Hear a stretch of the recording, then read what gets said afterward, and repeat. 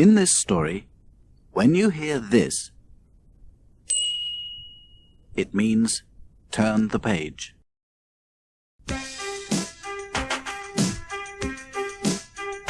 It's not much of a life when you're just a pretty face.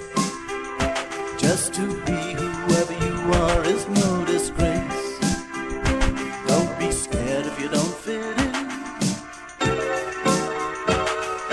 Look who's in the reject bin. It's the Raggy Dolls. Raggy Dolls. Raggy Dolls. Raggy Dolls. Dolls like you and me. Raggy Dolls. Raggy Dolls. Raggy Dolls. Raggy Dolls. Made him perfectly. So if you got a bump on your nose or lumps on your toes, do not despair. Be like the Raggy Dolls and say I just don't care. 'Cause Raggy Dolls, Raggy Dolls. Raggy Dolls Raggy Dolls. are happy just to be Raggy Dolls, Raggy Dolls, dolls like you and me. The Raggy Dolls were made in Mr. Grimes' toy factory. He is very proud of his toy makers and believes they make the best dolls in the world. But even the best toy makers can make mistakes. Mr. Grimes inspects every doll on the production line. If any doll is not perfect, it goes straight into the reject bin. Princess should have been a beautiful princess doll, dressed in silks and satins, with a diamond tiara.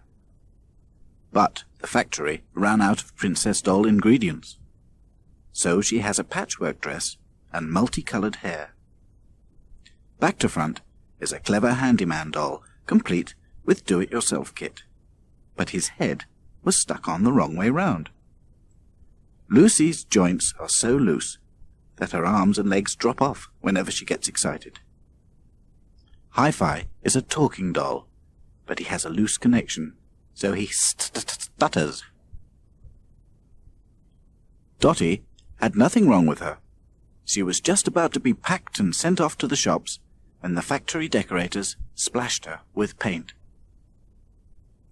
Sad Sack was a sample, but no toy shops wanted to buy him, so no more dolls like him were made. Claude is a perfect French doll, but he was accidentally left behind when the others were sent off. But Mr. Grimes doesn't know that there are some very special dolls in his reject bin. They all come to life and find fun and adventure. They are the Raggy Dolls. The War of the Wizards. It was a dull, drizzly morning. Claude looked out of the window. "I'm sorry to say it," he said, "but outside it is falling with water." Sad Sack looked out. "Oh dear," he said. "That means I can't go out. I get all soggy when it rains." Dotty shrugged. "Then we'll all have to stay in," she said. Lucy asked, "But what's there to do if we all stay in?" Hi-Fi looked mysterious. He said, "I know what I'm going to do." and off he went. Dotty said, "Surely we can find something to do." Back to Front had a bright idea. "I know," he said. "Let's stage a show." Princess loved shows. "What a splendid idea," she said. Sad Sack frowned and asked, "What kind of a show?" Back to Front told them it was to be a conjuring show. "You know," He said, "abracadabra, hey presto, no problem, it'll be magic." He began his act at once. "Ladies and gentlemen," He announced, "for my first trick, I will make this beautiful vase of flowers disappear."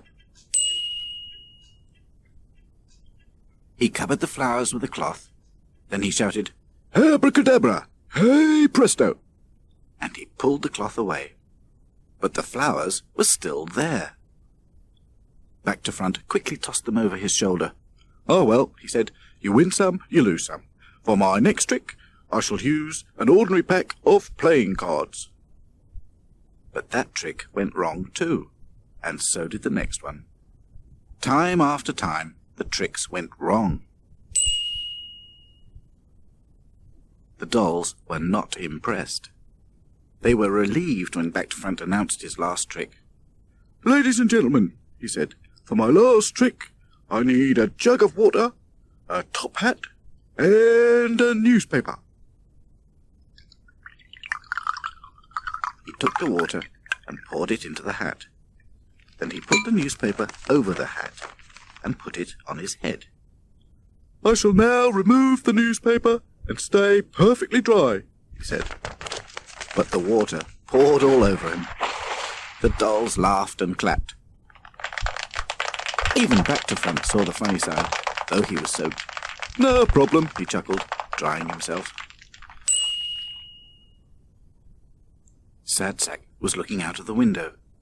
"It stopped raining," he said. "I suppose we can all go out now." But at that moment, Hi-Fi returned, carrying a strange object. Lucy asked, "Whatever is it?" Dotty thought it looked like a vacuum cleaner with earphones. Hi-Fi said, "Don't be so silly. It's a metal detector." Princess didn't know what a metal detector was. "Oh, what does it do?" she asked. "It detects metal, of course," replied Dotty. Claude said, "How boring." But Hi-Fi told him, "No, it's not. It could find treasure." Lucy clapped her hands in excitement. "Oh, wonderful," she said. "A treasure hunt."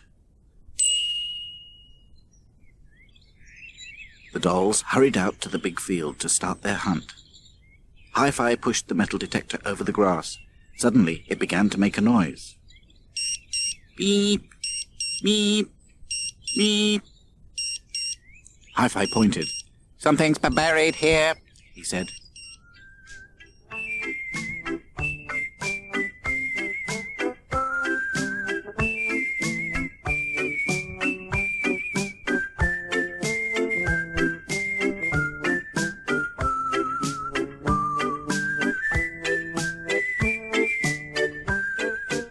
When the music stops, turn your cassette over.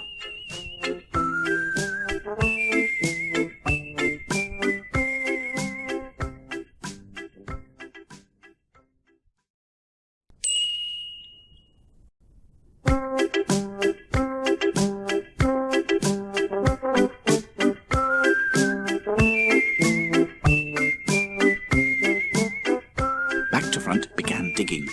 Just under the surface, he found a rusty old spoon. Sad Sack looked at it. "I wouldn't call that treasure," he thought. Hi-Fi tried again. This time the machine made an even louder noise. "Meep, meep, meep."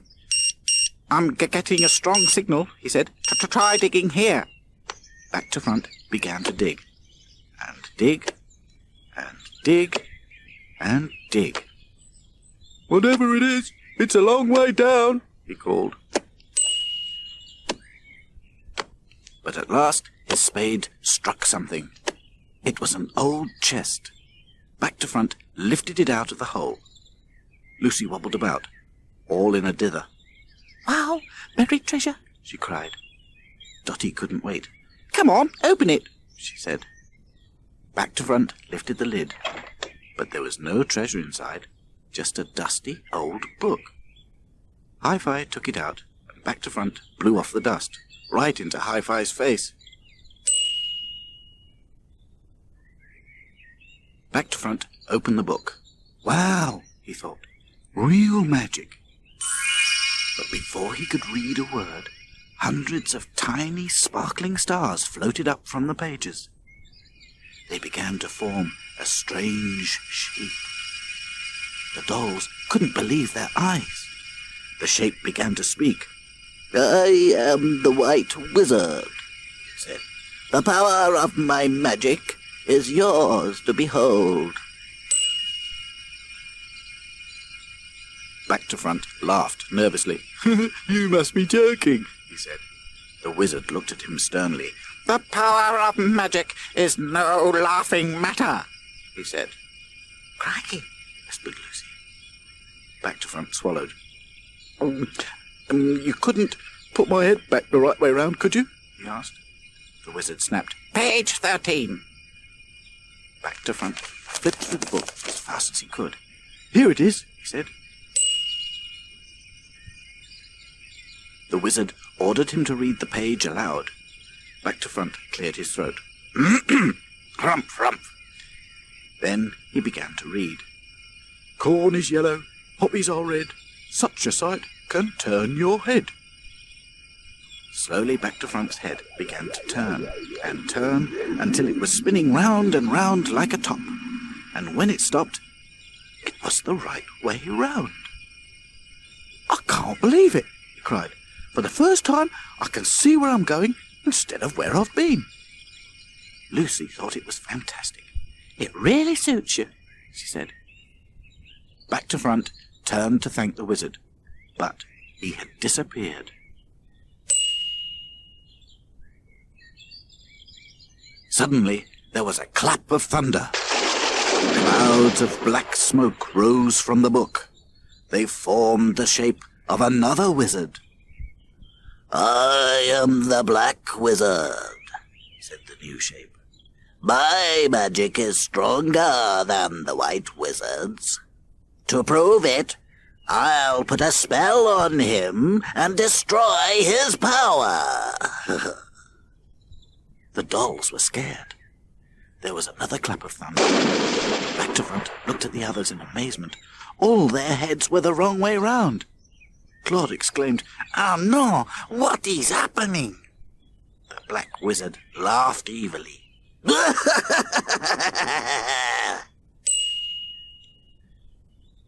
dolls couldn't see where they were going. They kept bumping into each other. Sadsack groaned. I knew something like this would happen, he thought. Back to Front called, "Don't worry, I'll call back the White Wizard." But he didn't know how. "Abracadabra!" he yelled. "Hey, presto! Hey, anything!"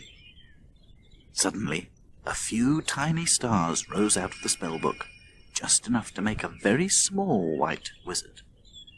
"Turn to page 11, he whispered. "Read out the spell. I'm too weak." Back to Front quickly found the page and read, "Think of a number that's easy to figure. Wish on a star to make me bigger." The dolls all wished as hard as they could. The White Wizard began to grow. He grew and grew. Soon he was bigger and more powerful than the Black Wizard. Alababa Menrazina, he chanted. There was a flash of lightning. The wizards disappeared, and the dolls' heads turned the right way round again. Of course, poor Back to Front's head was the wrong way round again. Oh, well, He said, feeling his head. it was nice while it lasted. Claude wanted the wizard to come back. "Bring him back," he demanded. "I want him to magic me to France." Hi-Fi agreed. "I want him to make me talk without stuttering," he stuttered. Sadsack said, I only want to be happy. But Back to Front had heard enough. He put the book of spells back into the chest and carried it off. Princess watched him. "What's he up to?" she asked. Back to Front made sure that nobody followed him. He found a secret place, dug a deep hole, and buried the chest forever. That's the end of that, he thought.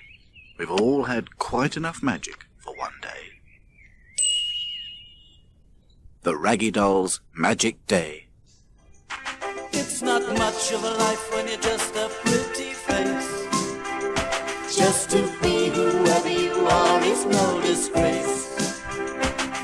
Look around and you will find people of every kind, like the Raggy Dolls, Raggy Dolls, Raggy Dolls, Raggy Dolls, dolls like you and me. Raggy Dolls, Raggy Dolls, Raggy Dolls, Raggy Dolls, made him perfectly. So if you're not at ease with your knobbly knees and your fingers are all thumbs, stand on your two left feet